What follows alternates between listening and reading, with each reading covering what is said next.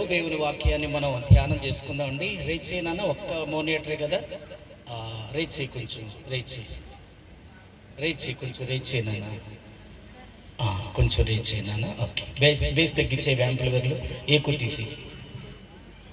Right, mic check. Hello, కొంచెం triple rate చేయి, sharp rate చేయి అనాలి అంటాను.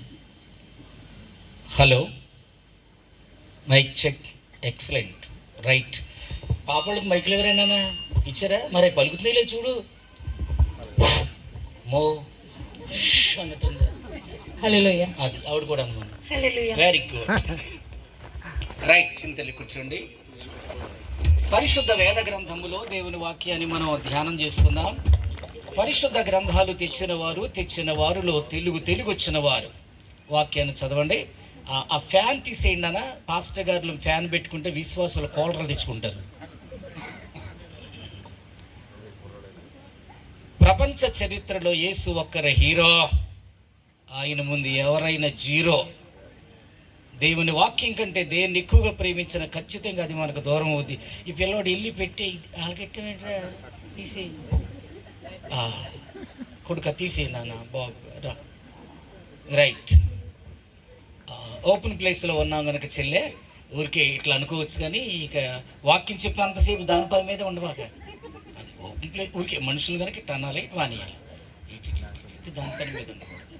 రైట్, అందరూ కుదురుగా కూర్చోండి. సార్ దేవుని వాక్యాన్ని విందాం నాన్న. పరిశుద్ధ వేద గ్రంథములో దేవుని వాక్యాన్ని మనం ధ్యానం చేసుకుందాం సార్. ఈ రాత్రి పరిశుద్ధాత్మ దేవుడు ఇదే స్థలములో ముచ్చటగా 3 విషయాలు వివరించాలని ప్రభు గ్రీన్ సిగ్నల్ ఇచ్చారు. వినో, మొదటి మాటగా ఉన్నవాడు ఆయనే, రెండవ మాటగా రానున్నవాడు ఆయనే, మూడవ మాటగా రాజ్యమును ఏలువాడు ఆయనే. ఈ 3 విషయాలు బోధించడానికి ప్రభు కృపించారు. అందరూ కూడా చాలా జాగ్రత్తగా దేవుని వాక్యం వినాలని ప్రేమతో మనవి చేస్తున్నాను. రై కూర్చోరా, దోసకాయ మొహమాట మనవాడ కూర్చో, కూర్చోబెట్టినానండి. కూర్చున్నాను. జాగ్రత్తగానండి. ప్రభు అయిన యేసుక్రీస్తు వారు ఏమన్నారండి, చింతల్లి చిన్నడా తన శిష్యులతో అన్న మాట ఏంటంటే, ఎదట ఉన్న గ్రామానికి వెళ్ళండి, కట్టబడిన గాడిదను దాని పిల్లను కూడా తోలుకురమ్మన్నారు. ఏజే మ్యాథ్యూస్ అయ్య గారు, ఏలూరు గొప్ప దైవజనుడు, 36 సంవత్సరాల క్రితం అయ్యగారి యొక్క కాళ్ళు ఒత్తి వాక్యం నేర్చుకున్న వ్యక్తిని ఆ దైవజనుడు ఏమన్నారంటే, తల్లిగాడిది ఎక్కడైతే కూర్చుంటే పిల్లగాడిది కూడా అక్కడే కూర్చోవాలంట. అదే అంటే మైక్ ఎడతాం కుదురుతారు, ఎందుకంటే ఇద్దరు ఉన్నారు కదా నాన్న, ఒక భార్య ఒక భర్తే ఉండాలి. వాళ్ళిద్దరు ఈ తెక్కెలుగుతారు. దాన్ని చూడయ్య పెద్దయ్య గారు, అదండి కాని మాటలు పలకూడదు అంటారు మీరు. మరి చూడండి, ఒక్కరే కూర్చోండి, ఒక్కరే ఆపరేటింగ్ చేయండి. ఒకసారి ఏమో లో అవుతుంది, ఒకసారి మే అని వస్తుంది. అబ్బే ఇక్కడ పెట్టుకుంటే బాగోదు నాన్న. మీరు ఇది చూడు, ఇక్కడే ఉంటుంది మైకు, ఇక్కడే ఉంటుంది. ఆ సౌండ్ రేజ్ చేసుకో. అవుట్ రాప్ నేనేం చేయను బాబా, మైకు నువ్వు నేను కదా, చూసుకున్నాను మీరు అని.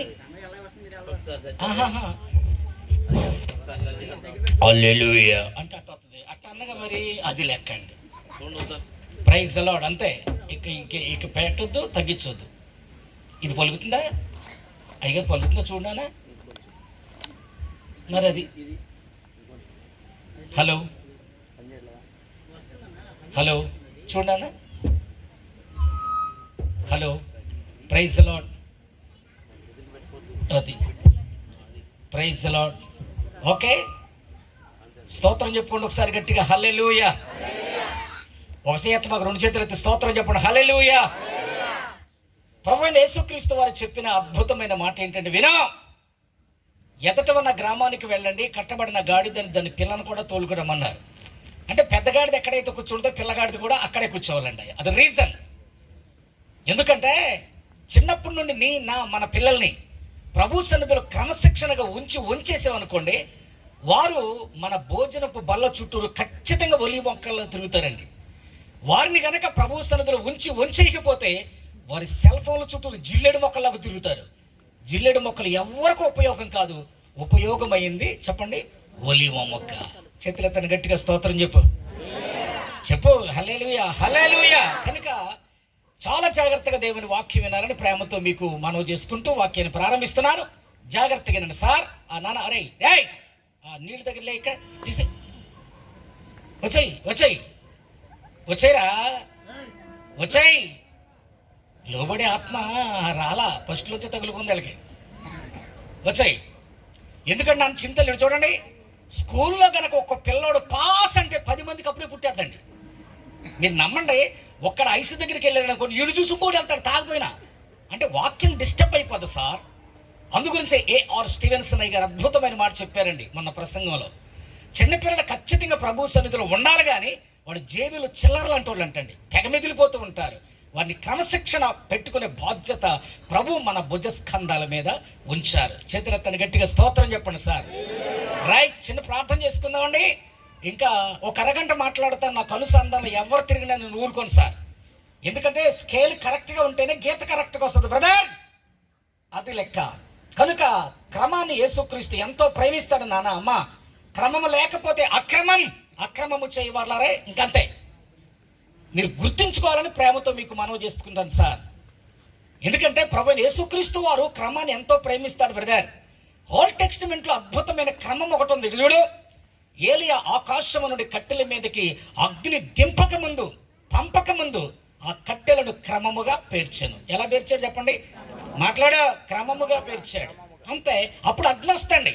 న్యూ టెస్టిమెంట్లో అద్భుతమైన ఒక రీజన్ ఉంది. చూడు, ప్రభు యేసుక్రీస్తు వారు 5 రొట్టెలు 2 చిన్న చేపలు పట్టుకుని ఆకాశం వైపు కనులెత్తి ప్రార్థన చేసి వారికి వడ్డించక ముందు ఏమండి వారిని పంక్తులు తీరా కూర్చోబెట్టారు. వింటున్నారా? విన్నట్టే ఉంటున్నారా? వారిని ఎట్ట కూర్చోబెట్టారు చింతల్లి? పంక్తులు తీరా. దాన్ని ఏమంటారు చెప్పండి? క్రమం. కనుక క్రమమైన పద్ధతిలో ఒక అరగంట నీవు మనం వాక్యాన్ని వినాలని ప్రేమతో మనవి చేస్తున్నాను. ఇక్కడ కోత అయిపోయిన వెంటనే అక్కడ మేత రెడీగా ఉంది కనుక కొద్దిసేపు ఒక తూతు మంత్రం తుమ్మాకు మంత్రం కొన్ని పాయింట్లు ఇస్తాను. ఇంటికి వెళ్ళి మీరు జాయింట్లు చేసుకోండి. చాలా జాగ్రత్తగా వినండి సార్. మీరు ఏమనుకోవద్దు, ఈ సంవత్సరంలో ఇంత తక్కువ మందిలో మాట్లాడే ఇదే మొదటిసారి. అయినప్పటికీ సెంట్రల్ గవర్నమెంట్ ట్రైన్, చూడు, సెంట్రల్ గవర్నమెంట్ ట్రైన్ మనుషులు ఎక్కినా ఆగాలి, అది ఎక్కపోయినా ఆగాలి. దాని రూల్ పరలోకపు ఆజ్ఞ ఏంటో తెలుసండి. 1000 మందితో మాట్లాడిన నా ప్రభు అయిన యేసుక్రీస్తు ఒక్క సమరీ స్త్రీతో కూడా ప్రభు మాట్లాడారు. తన రీజన్ని ఈ రాత్రి మరి విడుదల చేయబోతున్న దేవుని నామాన్ని బట్టి ప్రభుని స్తుతించుకుందాం. ప్రియులరా, చిన్న మాట ప్రార్థన చేసుకుని ఆరాధనలోకి వెళ్ళిపోదాం. కళ్ళు మూసుకో గొడ్లు గుపే.